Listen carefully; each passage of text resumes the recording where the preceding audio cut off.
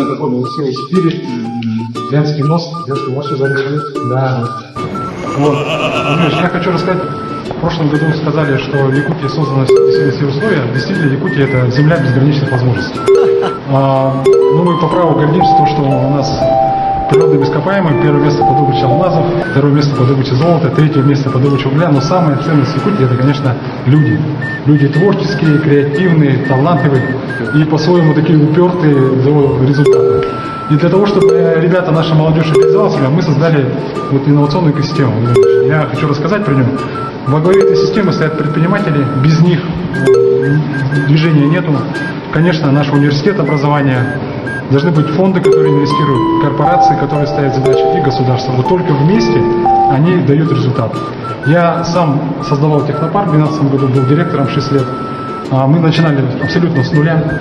Вот. И сегодня 188 резидентов с выручкой 3,5 миллиарда рублей. Мы делаем автономных роботов, мы делаем различные игры, приложения, которые пользуются на мировом уровне успеха. Но мы не стоим только в городе, мы идем в Улусы, 19 этих центров создано, в самом даже вот в Оренке. Сегодня будем с ними общаться. И ребята, молодежь, мы дистанционно их обучаем, они получают навыки, делают свои приложения. И вот в Покровском IT-центре создали, допустим, приложение якутского радио. И сейчас ребята скачивают его и слушают.